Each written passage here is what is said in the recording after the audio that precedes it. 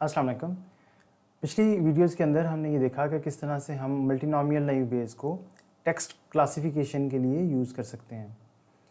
आपने ये देखा होगा कि मल्टीनोमियल नैव बेस जब हमने टेक्स्ट क्लासिफिकेशन के लिए यूज़ किया तो उसमें हमें डिफरेंट प्री प्रोसेसिंग स्टेप्स जो हैं वो परफॉर्म करना पड़ते हैं। कुछ प्री प्रोसेसिंग स्टेप्स हमने लास्ट वीडियो के अंदर भी देखे, लेकिन कुछ और प्री प्रोसेसिंग स्टेप्स भी हो सकते हैं और इस तरह से एक लिस्ट ऑफ स्टेप्स बन जाती है जो कि हमें ट्रेनिंग डाटा पे भी परफॉर्म करना है और टेस्ट डाटा पे भी परफॉर्म करना है। तो ये लिस्ट ऑफ स्टेप्स जो हैं ये अलग-अलग परफॉर्म करने की बजाय साइकिट लर्न हमें एक ऐसा तरीका प्रोवाइड करता है जिसकी मदद से हम एक पाइपलाइन जो है वो डिफ़ाइन कर लेते हैं कि ये 4 या 5 स्टेप्स होंगे जो हम ट्रेनिंग डाटा पे भी परफॉर्म करना चाह रहे हैं और टेस्ट डाटा पे भी परफॉर्म करना चाह रहे हैं। तो उससे हमारे लिए आसान हो जाता है अपने एक्सपेरिमेंट्स को परफॉर्म करना। ठीक है, तो इसके लिए हम एक देखते हैं कि किस तरह से हम एक पाइपलाइन जो है वो क्रिएट कर सकते हैं। सबसे पहले हम रिक्वायर्ड पैकेजेस जो हैं उनको इंपोर्ट कर लेते हैं। तो हमें जो अपना क्लासीफायर है, let's say from sklearn.naive base, multinomial naive base को मैंने इंपोर्ट कर लिया। उसके बाद मैंने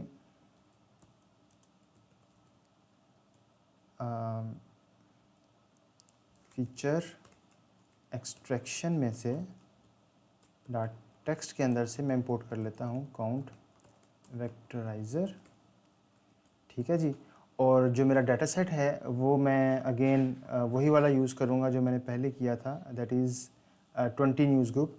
तो from sklearn dot data sets import fetch 20 news groups और from sklearn dot model selection import train test split.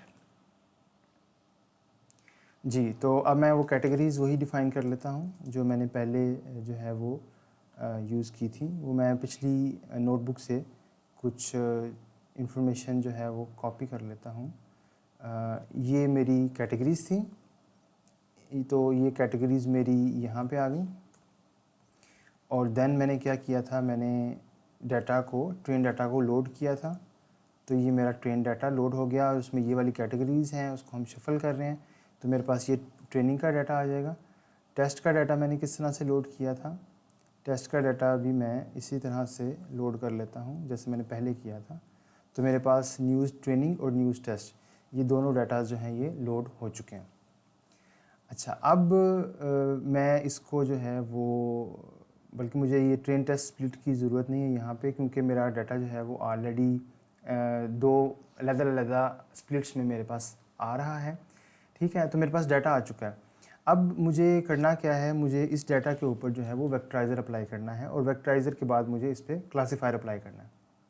तो उसके लिए मैं क्या करता हूँ, एक पाइपलाइन जो है वो बना लेता हूँ। ठीक है जी, तो पाइपलाइन मैं कैसे बनाऊँगा, from sklearn dot pipeline import pipeline.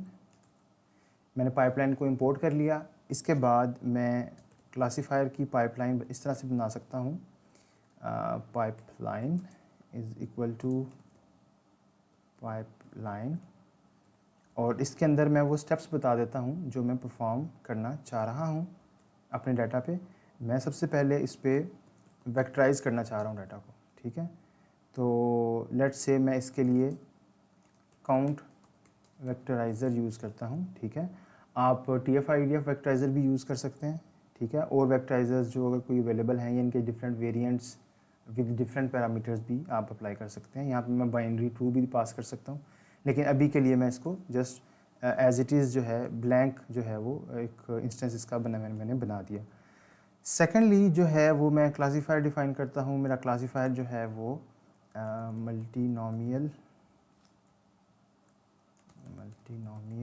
Naive base है और उसमें मैं अल्फ़ा की वैल्यू लेट से 0.1 सेट कर लेता हूँ। ठीक है, ये स्मूथिंग के लिए मैं जो है वो कर रहा हूँ। ठीक है, 0.01 कर लेता हूँ।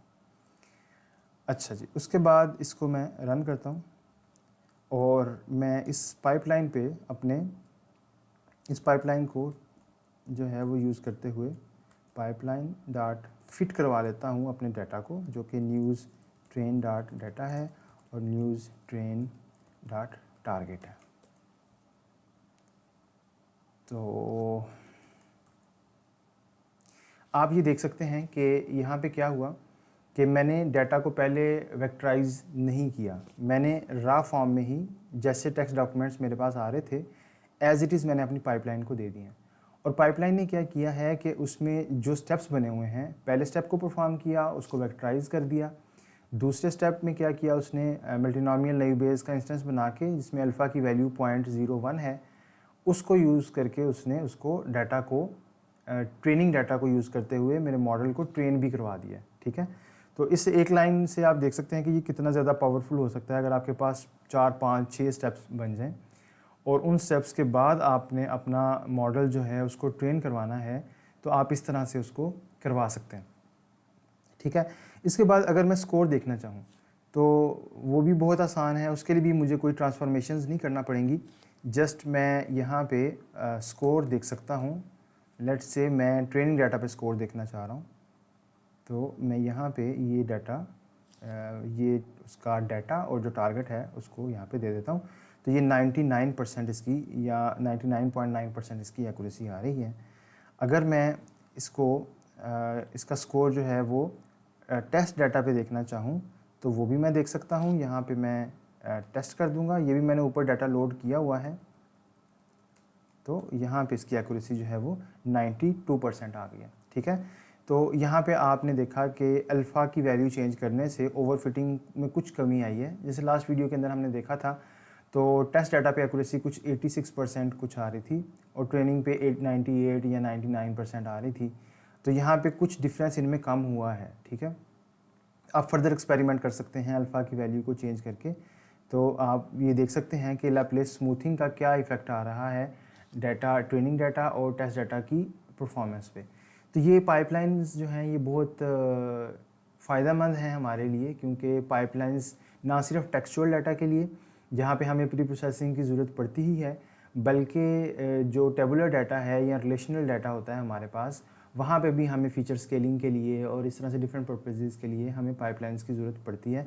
तो प्रेफरेबल है कि आप भी अपने नेक्स्ट जो भी आप नोटबुक क्रिएट करें उसमें पाइपलाइंस जो है वो क्रिएट करें।